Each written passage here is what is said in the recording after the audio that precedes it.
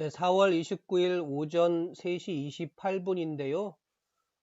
제롬 파월 연준 의장의 기자회견을 기다리고 있습니다. 그 기다리는 동안 잠깐 저희 블록미디어 뉴욕 특파원들이 쓴 기사 중에 SEC가 그 ETF 승인을 6월로 연기했다는 기사가 있어서요. 그 자막을 하나 잠깐 보여드리고 바로 그 연준 기자회견 장으로 가보도록 하겠습니다. 제가 최대한 통역을 해 드리려고 할 텐데요. 중간중간 자막으로 통역을 하도록 하겠습니다.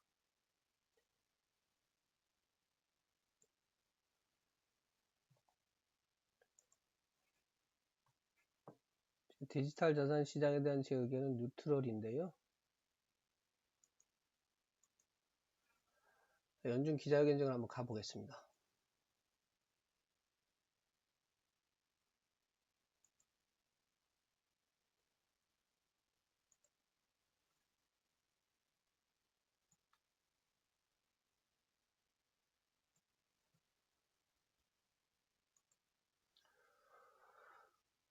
연준은 예상대로 제로금리를 계속 유지를 했는데 어떤 코멘트가 나올지 지켜보시죠. 혹시 음향 상태가 어떤지 괜찮으신가요?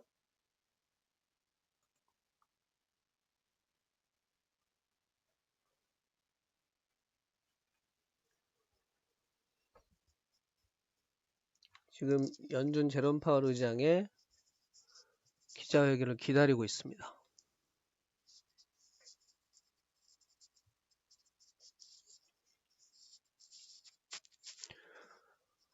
이렇게 이른 새벽 시간이어가지고 얼마나 많은 분들이 이걸 들어주실지 모르겠는데 하여튼 최대한 파월 의장의 코멘트를 전달해 보도록 하겠습니다.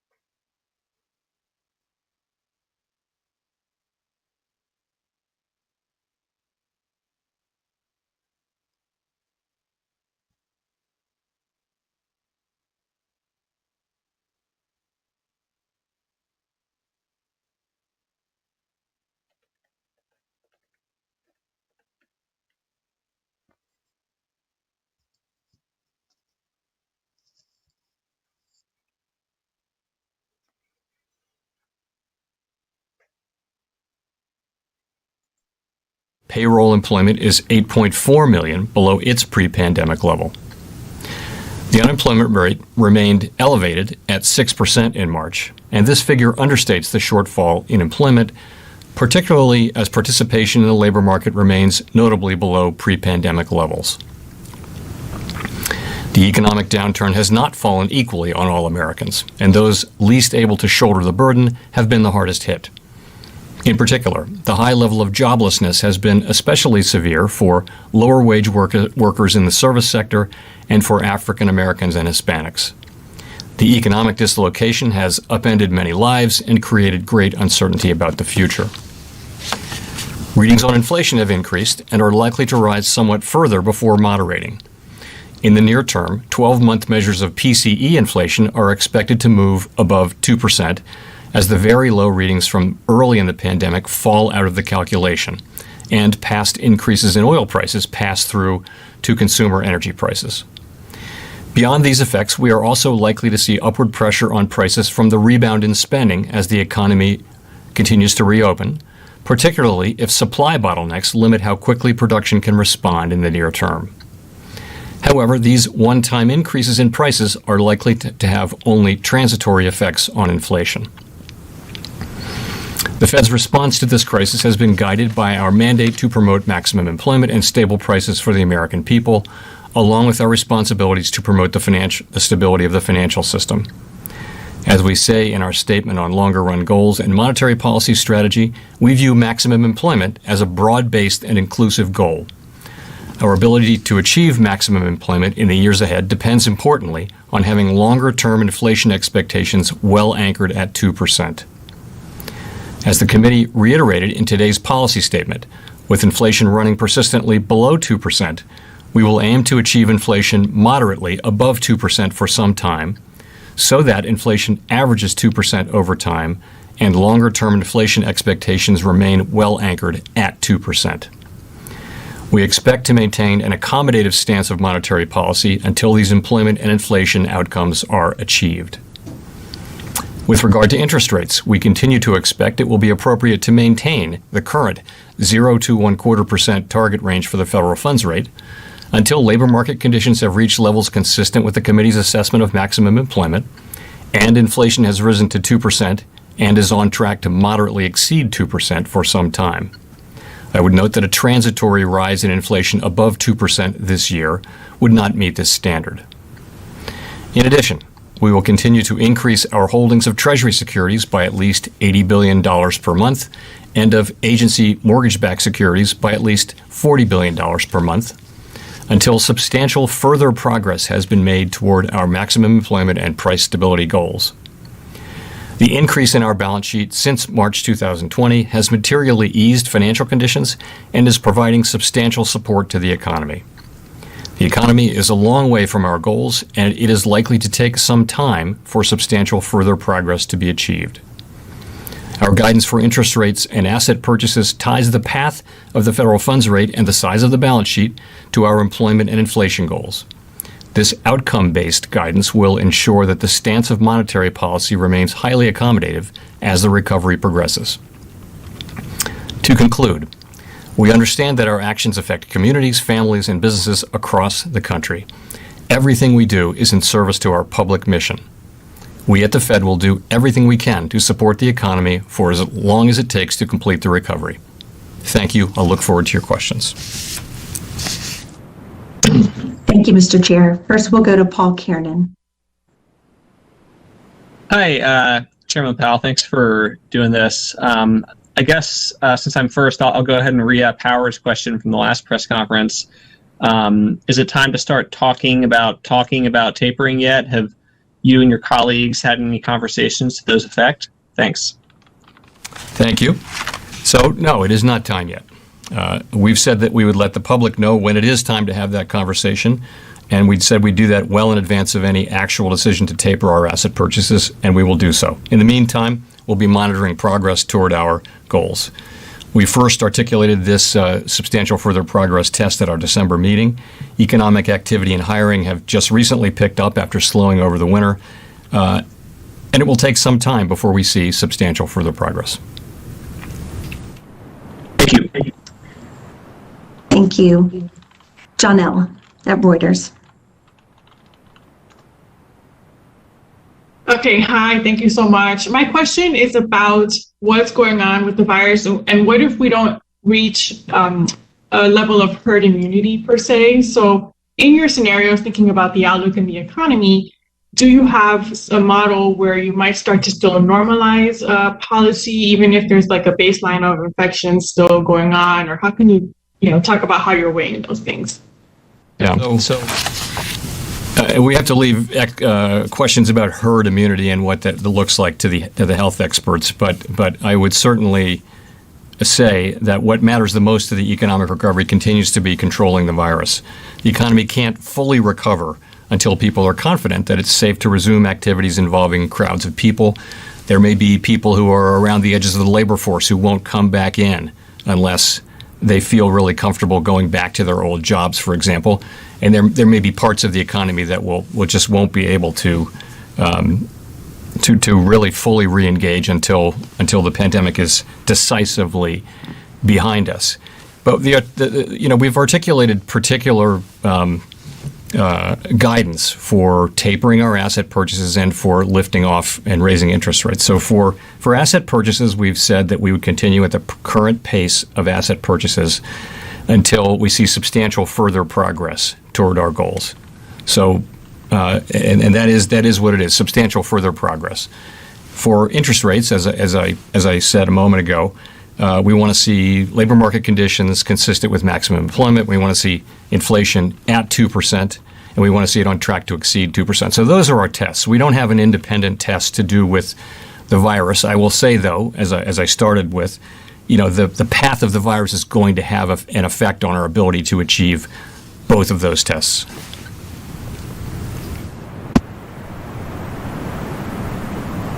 Great. Thank you. Gina. Hi, Chair Powell. Thanks for taking our questions. I wonder if you could talk a little bit about that test for raising interest rates that you just elaborated. You've obviously made it very clear that you want to see improvements in the real economy, in the real data, and not in just sort of expectations data before making that move. But I guess I wonder what happens if inflation expectations were to move up before you see some sort of return to full employment. It seems like a lot of sort of the stability in inflation has been tied to the fact that those have been so low and stable. And I guess I wonder how your reaction would be, or sort of how your reaction to that is how you're thinking about that.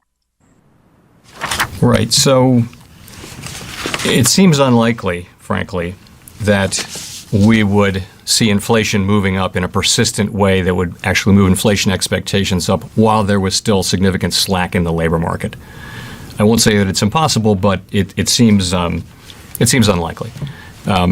It's much more likely that we would, having achieved maximum employment conditions, we'd also be seeing 2% inflation and be on track to see inflation moving above 2%. They tend to move together.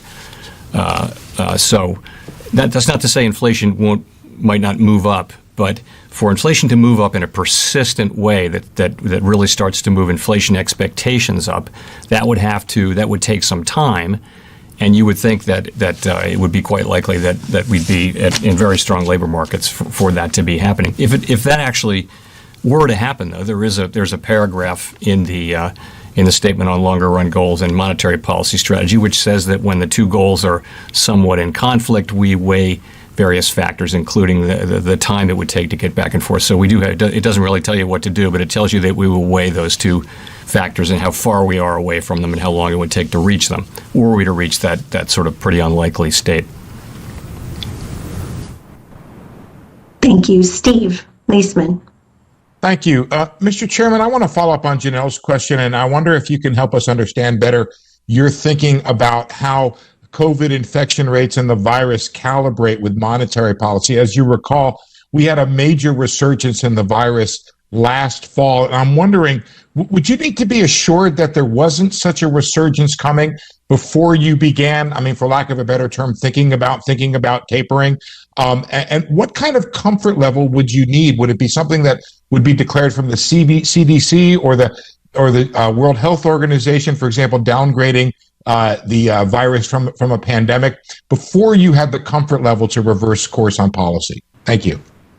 Yeah, we really have just articulated the goals that I've just mentioned a couple of times, which is substantial further progress toward our goals before we taper. Now, that's very likely for us to achieve that. It's very likely going to be the case that we've also made really significant progress on controlling the virus through vaccination and other. Those two things should more or less coexist. We haven't articulated a separate test for a state of the virus that we'd like to achieve, because we're not experts in that area. We're really focused on the economic outcomes. And again, my guess is that we it's very likely, it seems to me, that for us to achieve the economic outcomes we would need to taper or to raise interest rates, we would also have to have made very substantial progress in getting the virus under control. Not necessarily fully under control. There is a possibility, of course, that we will have ongoing outbreaks over the summer, various regional outbreaks, and potentially next winter as well. But we'll be looking for substantial progress toward our goals, substantial further progress toward our goals as we think about tapering asset purchases. Thank you. Thank you. Victoria. Hi, Chair Powell. I wanted to ask, you've talked a lot during this crisis about the need to have a lot of help from fiscal policy and monetary policy to make sure that there's not long-term scarring in the economy. And I was just wondering, given all of the policies that have been put in place, do you expect there to still be some long-term scarring? And if so, what are you most worried about? Where are you most worried about that showing up? So I would say that we were very worried about scarring, both in the labor market from people being out of the labor market for an extended period of time. The evidence is clear that it becomes much more difficult if you're out for a long time to get back in and get back to the life that you had. Same thing with these small businesses, many of which are the work of generations. Were we going to wipe out many of those unnecessarily? That was a big concern. I would say that so far, here we are in late April of 2021, we haven't experienced that level of scarring either in the labor market or among smaller businesses. So we're not living that downside case that we're very concerned about a year ago. Notwithstanding that, we're a long way from full employment. Payroll jobs are 8.4 million below where they were in February of 2020. We've got a long ways to go. And also, it's going to be a different economy. So we've been hearing a lot from companies that they've been looking at deploying better technology and perhaps fewer people, including in some of the service industries that have been employing a lot of people. It may well be, it seems quite likely, that a number of the people who had those service sector jobs will struggle to find the same job and may need time to find work and get back to the working life they had. These were people who were working in February of 2020. They clearly want to work. So those people are going to need help. And so while I would say we haven't seen really highly elevated levels of unemployment for, up in the teens that we thought we might have for an extended period of time, we've still got a lot of people who are out of work. We want to get them back to work as quickly as possible. And that's really one of the things we're trying to achieve with our policy. Thank you. Rachel Siegel. Thank you, Michelle, and thank you, Chair Powell, for taking our questions. The housing market in many American cities is seeing booming prices, bidding wars, and all cash offers well above asking price. And this is happening at the same time that housing is becoming much more expensive for lower income Americans and people who are still struggling from the pandemic. Do you have concerns that there are localized housing bubbles or that there's the potential for that? And what is the Fed doing to monitor or address this? Thank you. So we do monitor the housing market very carefully, of course. And I would say that before the pandemic, it's a very different housing market than it was before the global financial crisis. And one of the main differences was that households were in very good shape financially compared to where they were. In addition, most people who got mortgages were people with pretty high credit scores. There wasn't the subprime,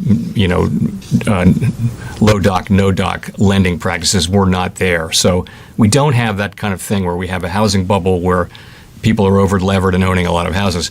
There's no question, though, that housing prices are going up, and so we're watching that carefully. It's partly because there's clearly strong demand.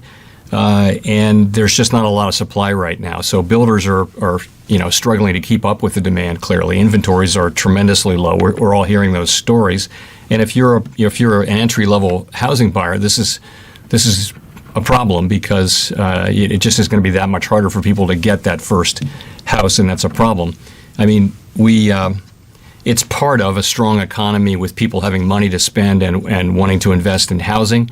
So in that sense, it's good. It's clearly the strongest housing market that we've seen since the global financial crisis.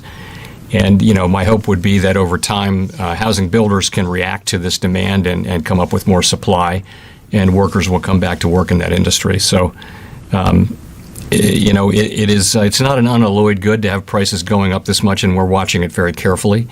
I don't see the kind of financial stability concerns, though, that really do reside around the housing sector. So many of the financial crack-ups in all countries, all Western countries that have happened in the last 30 years have been around housing. We really don't see that here. We don't see bad loans and unsustainable prices and that kind of thing. Thank you. Chris Rugaber, Associated Press. Hi, thank you for taking my question. I wanted to ask about the labor market. You see things such as in the Beige Book, you saw in the Beige Book anecdotes about businesses not able to find workers.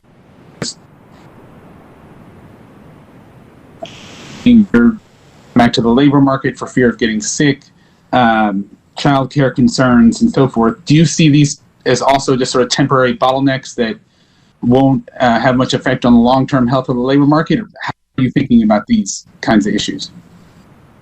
Chris, you were breaking up a little there, but I think I did get your question. So, yeah, I think there are a number of things going on there. The tension between a high level of unemployment and yet many companies saying they can't find, an elevated number of companies saying that they can't find workers. So what's really going on there? It should be a number of different things.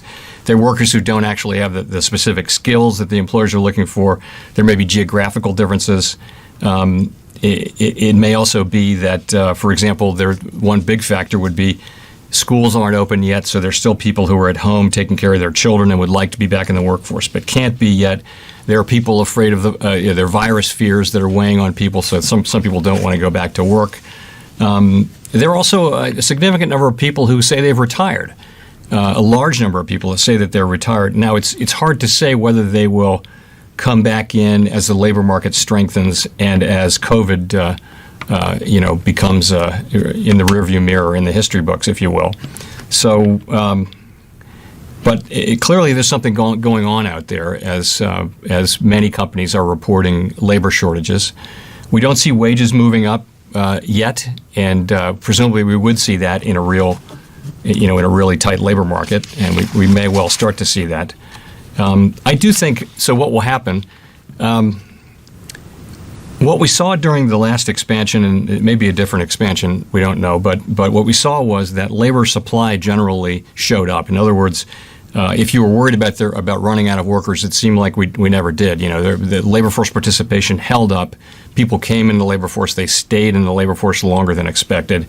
So my guess would be that you will see people coming back into the labor force, and these jobs will be the labor market will reach equilibrium.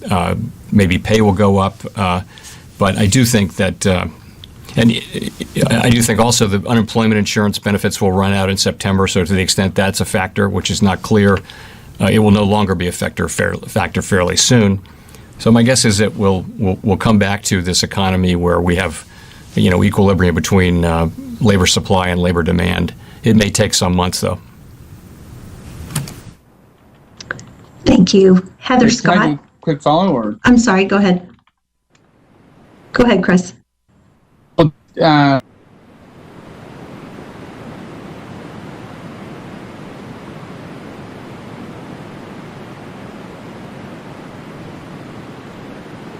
We lost you, Chris. Let's go on to Heather.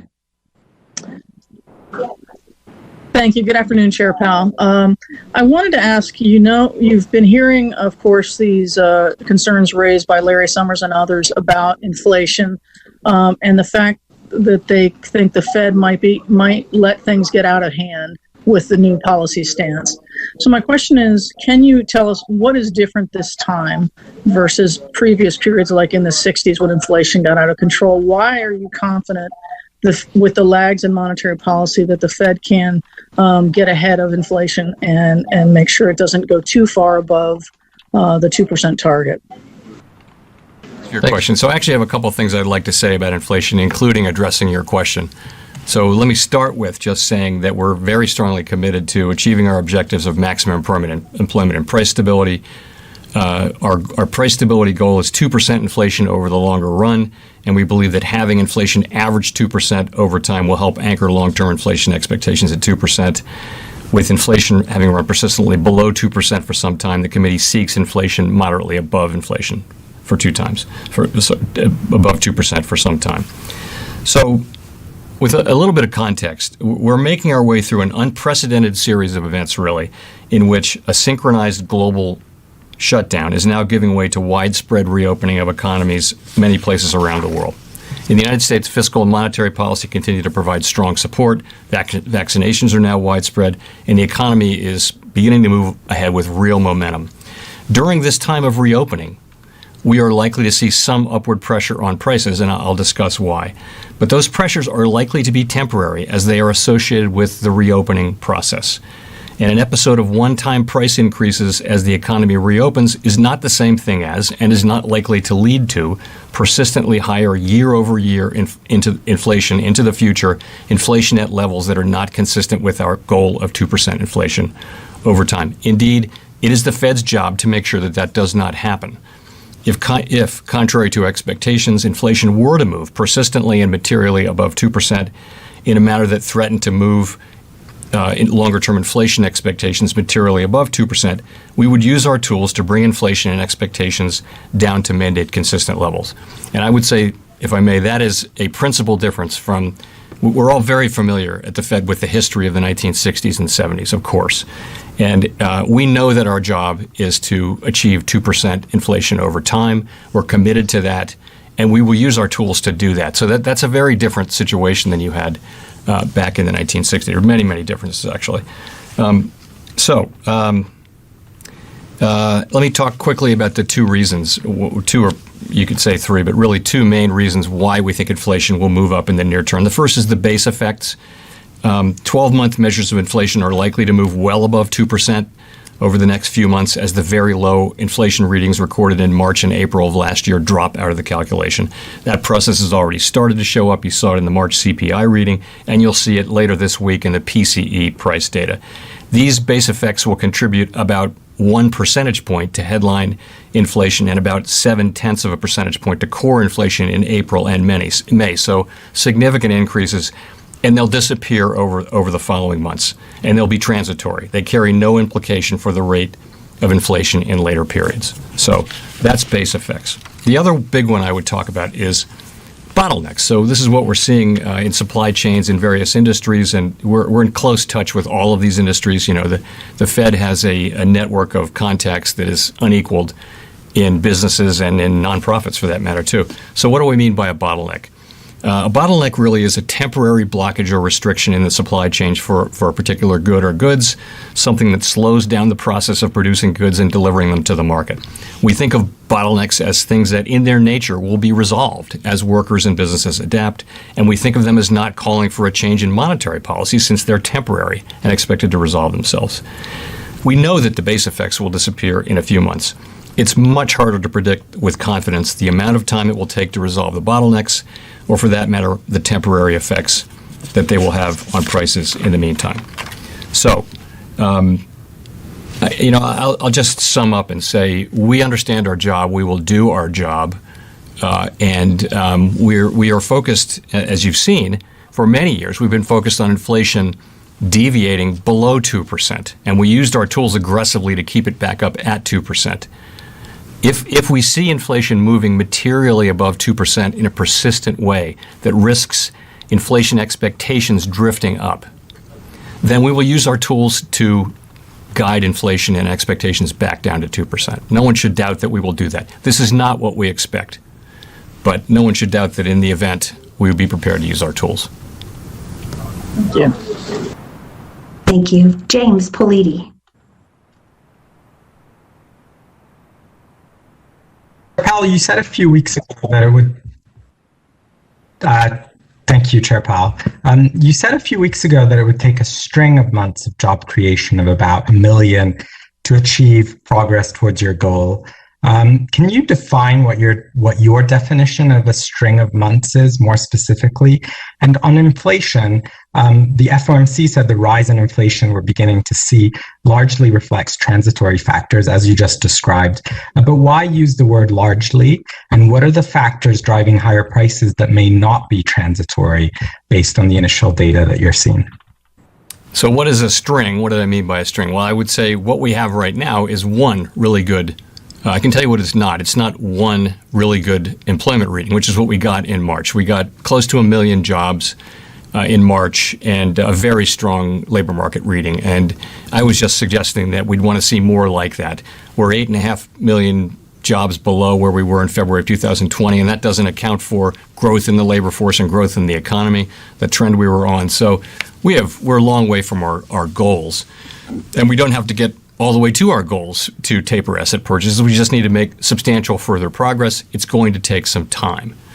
On largely, there are a bunch of factors. I was really thinking, we were thinking of the base effects and also the energy effects. I wasn't meaning to say there are some real effects. I mean, there are always relative prices going up and down within inflation. There's a basket for CPI or PCE. There are, many factors that go into it. Relative prices are always moving up and down. We think it's very fair to say that the increases we see and frankly are about to see later this week are largely due to base effects. It would have been more contentious to say entirely due to base effects because there are some things that are always going up, and so we just said largely.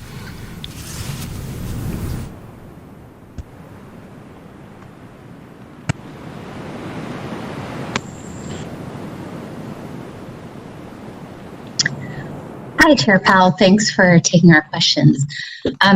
Over the past decade, the Fed has invested significant resources in large-scale bank supervision. It has completely overhauled that approach, and it's even created a special committee that looks horizontally across the largest banks to find common risks. Did the Fed not see that multiple banks had large exposures to Archegos? If not, why not? And then what regulatory changes would you like to see implemented to change that going forward? Yeah, we supervise banks to make sure that they have risk management systems in place so that they can spot these things. We don't manage their companies for them or try to manage individual risks. In the grand scheme of these large institutions, the Archegos risks were not systemically important or were not of the size that they would have really created trouble for any of those institutions. What was troubling, though, was that this could happen in a business for a number of firms that is thought to carry relatively well understood risks. The prime brokerage business is a well-understood business, and so it was surprising that a number of them would have had this. And it was essentially, I believe, the fact that they had the same big risk position on with a number of firms, and they weren't some of the firms were not aware that there were other firms that had those things. I wouldn't say it's in any way an indictment of our supervision of these firms. It in some cases it may be it seems as though there were risk management breakdowns at some of the firms, not all of them, and that's what we're looking into. Thank you. Nancy Marshall-Genzer. Hi, Chair Powell. I'm wondering, are you planning to visit the homeless encampment that's near the Fed in Washington that you drive by? Have you been invited? And if you went, what would you be looking to learn there? Frankly, yes, I have not had a chance to do it yet, but I've been very busy. But I will visit. I don't want to visit at a time of a lot of media attention because I don't want that to be part of the story.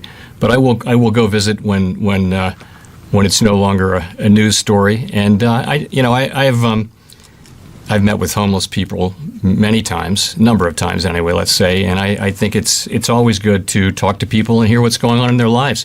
What you find out is they're you. They're just us. I mean, these are people who, in many cases, had jobs and they have lives and they've just found themselves in this place. It's a difficult problem, though. There are many facets of it, and I'm well aware that this is not something that the Fed has all the tools for or anything like that. But I will do that when the need arises and when it's not so much, in the public eye. And is there anything specifically that you would be looking to learn there?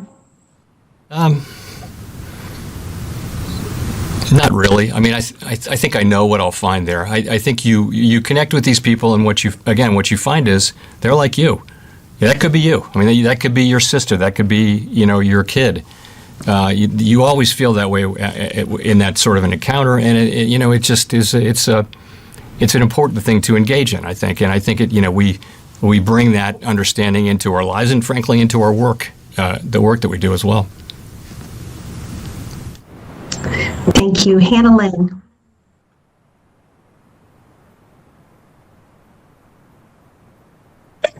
Hi, I wanted to ask about digital currency. You've previously said a few times that you think it's important for the U.S. to get a central bank digital currency right rather than be first. But with countries like China moving very quickly on CBDC, I was wondering what you think the risks are of moving too slow on digital currency. Right. So I think the first thing to say is that we feel an obligation to understand the technology and all of the policy issues very, very well. Central bank digital currencies are now possible, and we're going to see some of them around the world. And we need to understand whether that's something that would be a good thing for the people that we serve. How would it work in our system? And there's some very, very difficult questions to answer, but I think we are engaged in a serious program to understand both the technology and the policy issues. I would say this: we're the world's reserve currency, and that means that the dollar is used in transactions all around the world far more than any other currency, and that's because of our rule of law, our democratic institutions, which are the best in the world, our economy, our industrious people, all the things that make the United States the United States. That's why we're the reserve currency. And of course, we have open capital accounts, which is essential if you're going to be the reserve currency. So those are the factors that make us the reserve currency. I am less concerned that another country might have a digital currency first. Ask yourself the question: does that mean that if you were a company that's doing international business, would you then suddenly start to use that currency to do your international transactions, or would you still do them in dollars, which is what everyone does? And I'm not so concerned about that. I am really concerned about getting it right. It is a tricky set of questions that we have to navigate in a world where we already have, remember, a highly evolved payment system. We have FedNow and other immediately available funds. Pretty soon, everybody will be able to do what people do in other parts of the world, which is just use their phone to make immediately available payments all the time. It'll be normal. And what would be the role of a central bank digital currency in that kind of an environment? Far more important to get it right than it is to do it fast or feel that we need to rush to reach conclusions because other countries are moving ahead. I mean, the currency that's being used in China is not one that would work here. It's one that really allows the government to see every payment it's used for which it is used in real time. It's much more to do with things that are happening within their own financial system than it is, I think, to do with the global, sort of global competition. Thank you. Michael Derby. Thank you for taking my question. I wanted to ask you another question about inflation, and it has to do with inflation expectations. A number of different surveys and market indicators are showing, multi-year highs in inflation expectations readings. So I wondered, if that was something that you saw as consistent with your inflation outlook. Is that something that worries you, or do you see that as maybe, the success of the Fed's new inflation framework, making it out to the broader public? Right. So, inflation and expectations before the pandemic hit, and here we think of survey, market-based, survey being either households or economists, and market-based. You look at all of those, and I would say that they were at the low end of what would have been consistent with a 2% inflation target, particularly our 2% inflation target, which calls for 2% average inflation. So they were at the low end. Inflation expectations actually went down a bit at the beginning of the pandemic, and now they've just moved back up to levels broadly that are where they were in 2018 or in some cases 2014, and I would say more consistent with our mandate.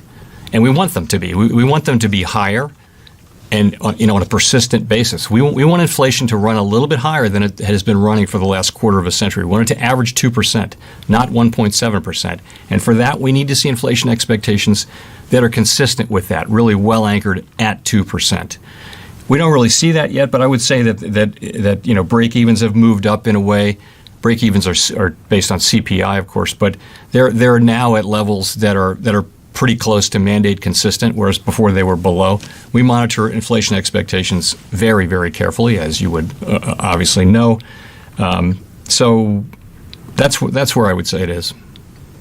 And one small follow-up. Do you have any red lines on inflation readings where if you hit like a certain number on, say, core PC, that would be a trigger response from the Fed? It doesn't work that way.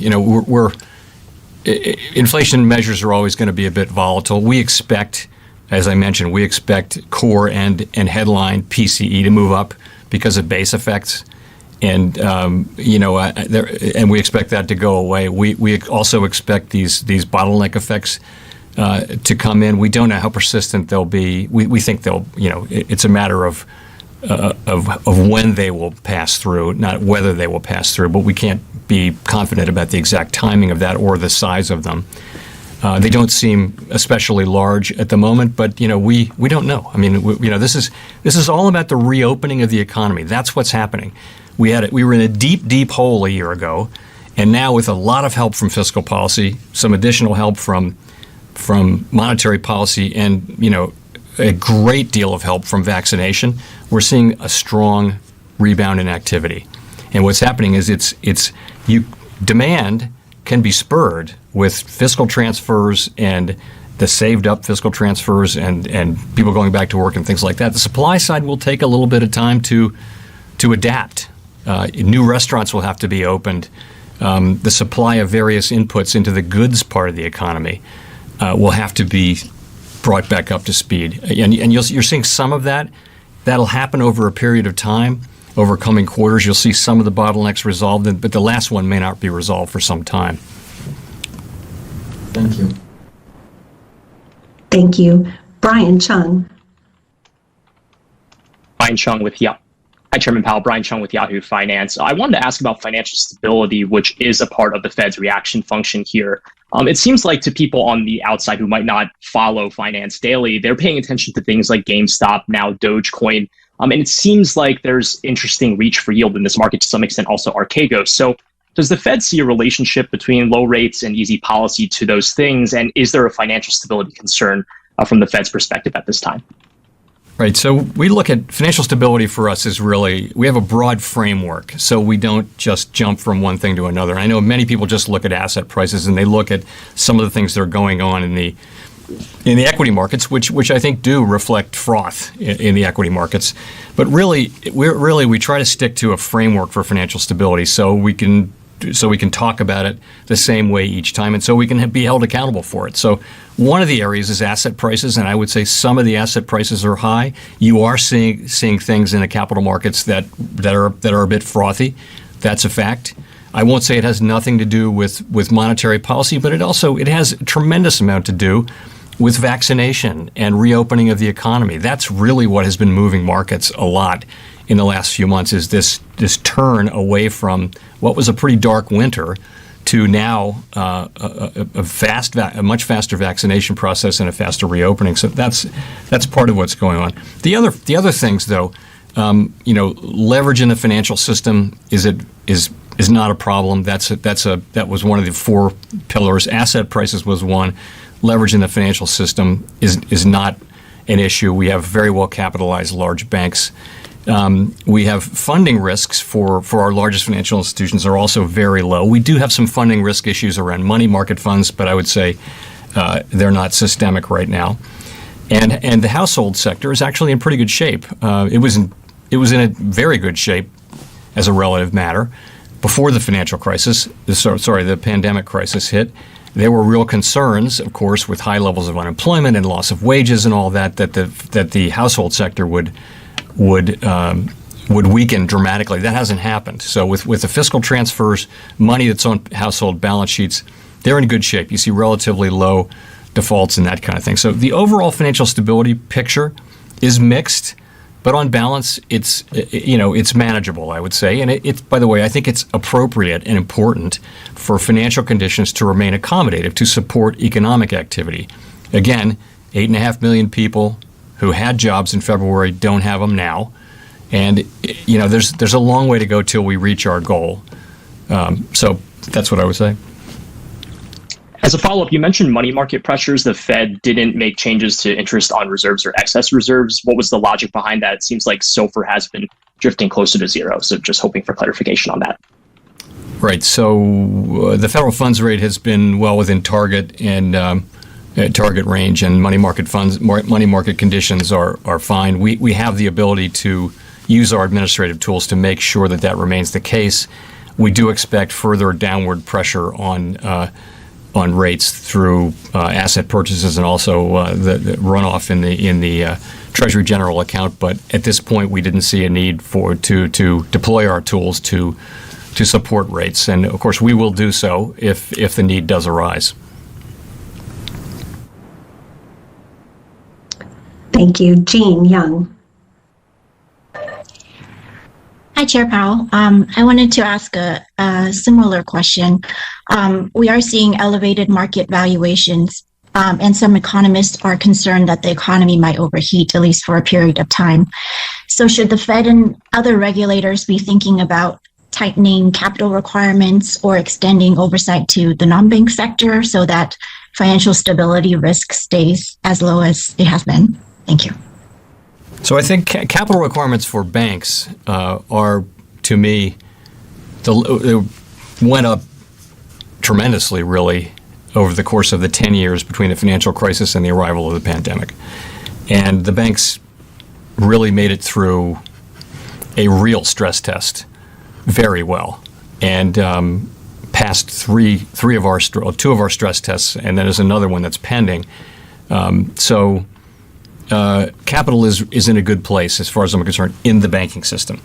But to your point, what we saw was, what kind of happened during the pandemic crisis that requires attention? And number one is money market funds and corporate bond funds, where we saw run dynamics again.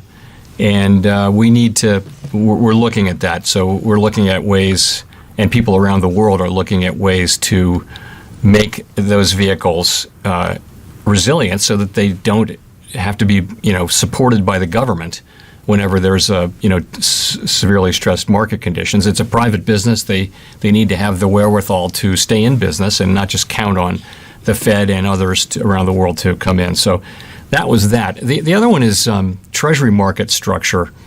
Dealers are committing less capital to that activity now than they were 10 or 15 years ago, and the need for capital is higher because there's so much more supply of treasuries. And so there are some questions about Treasury market structure, and there's a lot of careful work going on to understand whether there's something we can do about this. Because the U.S. Treasury market is probably the single most important market in the economy in the world.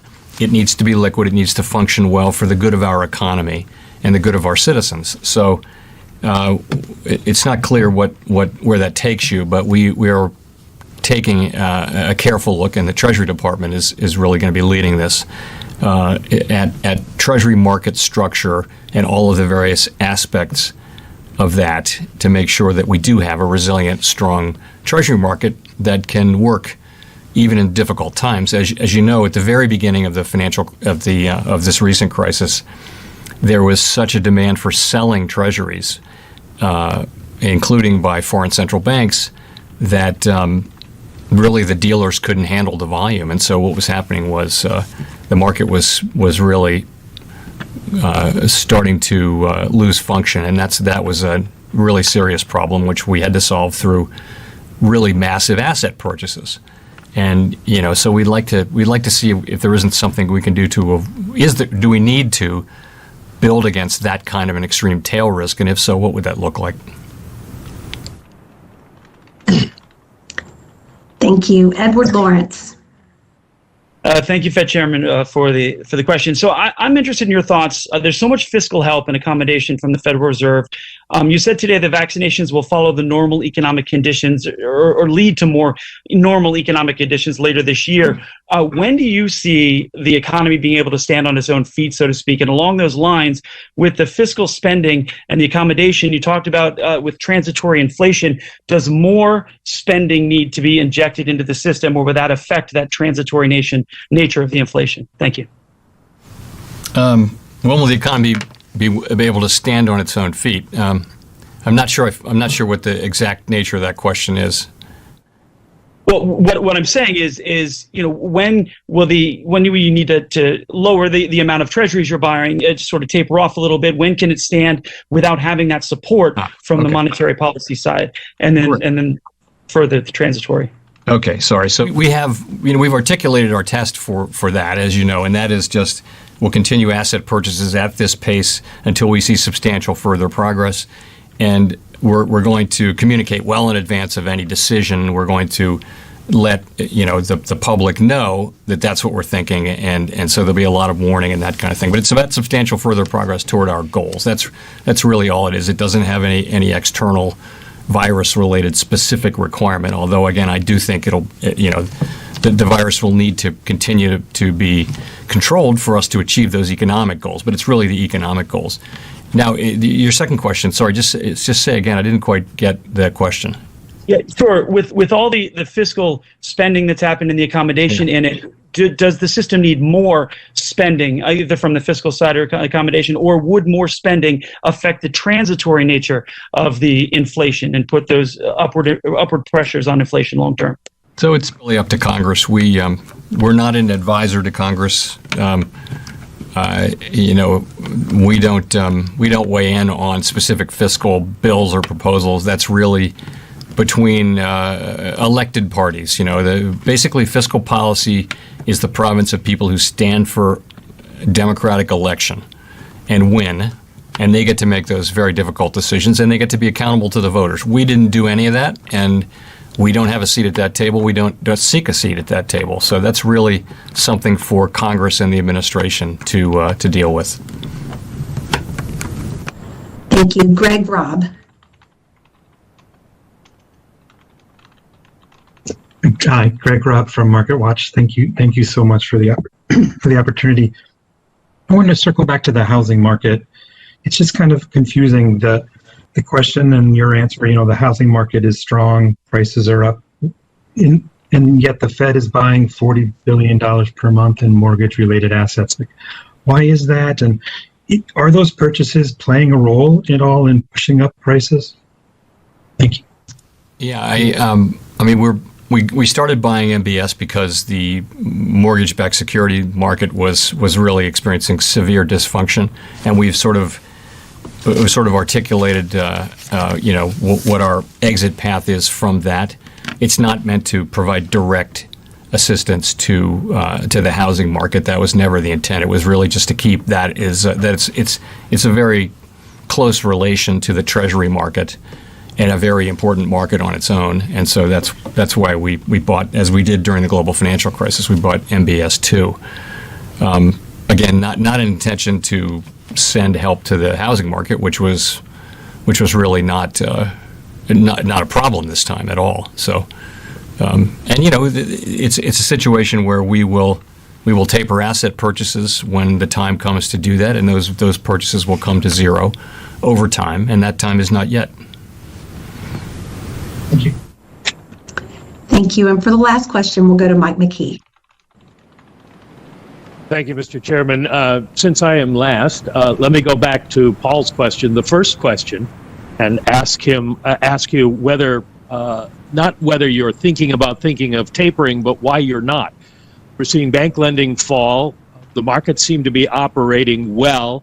Are you afraid of a taper tantrum, or is it, as one money manager put it, if you get out of the markets, there aren't enough buyers for all of the Treasury debt, and so rates would have to go way up? Bottom line question is, what do we get for $120 billion a month that we couldn't get for less? So it's really not more complicated than this. We articulated the substantial further progress test at our December meeting, and really for the next couple of months we're made relatively little progress toward our goals. And remember, substantial further progress from our December meeting. And then vaccination started to get more widespread. The economy reopened. We got a really nice job report for March.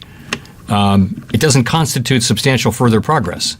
It's not close to substantial further progress. We're hopeful that we will see along this path a way to that goal, and we believe we will. Just as a question of when. And so when the time comes for us to talking about it, we'll do that. And but that time is not now. We're not that far. We've had one great jobs report. It's not enough. We're going to act on actual data, not on a forecast, and we're just going to need to see more data. It's no more complicated than that. Well, if you leave rates where they are, doesn't change anything. But does it change anything if you actually tapered a bit? If you spent less, would you still get the same effect on the economy? If we bought less, you're very faint. So if someone has a volume, they turn it up. But if we bought less, no. I mean, I think the effect is proportional to the amount we buy. It's really part of overall accommodative financial conditions. We have tried to create accommodative financial conditions to support economic activity, and we did that. And we articulated the tests for withdrawing that accommodation. And we think, so we're waiting to see those tests to be fulfilled, both for asset purchases and for lift off of rates. And when the tests are fulfilled, we'll go ahead. As we've done this before. We did it in the last after the last crisis, and we'll do it as those tests are satisfied. We'll do it, and the only thing that will guide us is, are the tests met? That's what we focused on, is have the macroeconomic conditions that we've articulated, have they been realized? That will be the test for tapering asset purchases and for raising interest rates. Thank you very much. Take care. Thank you.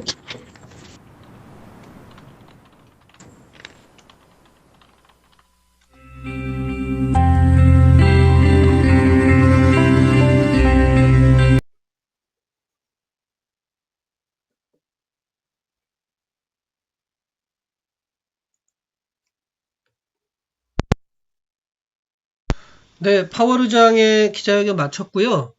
기존의 코멘트에서 달라진 게 사실상 거의 없습니다. 그래서 우려했던 테이퍼링 문제나 이런 거에 대해서 기존의 입장을 고수했기 때문에 통화정책 쪽에서 주식시장이나 디지털 자산시장 쪽에 영향을 줄 만한 그런 뉴스는 없다고 보셔도 될 것 같습니다. 이른 새벽이고 해서 조금 원활하게 진행이 못했던 부분도 있을 텐데 들어주셔서 감사하고요. 오늘 아침 제가 이제 오전 오후 시황 방송을 정리해 드리는데, 아침 방송은 지금 상태로는 그냥 제대로 할 수 있을 것 같은데 상황을 봐가지고 변동이 있으면 다시 한번 말씀을 드리겠습니다. 감사합니다. 지금까지 블록미디어의 JJ 기자였습니다.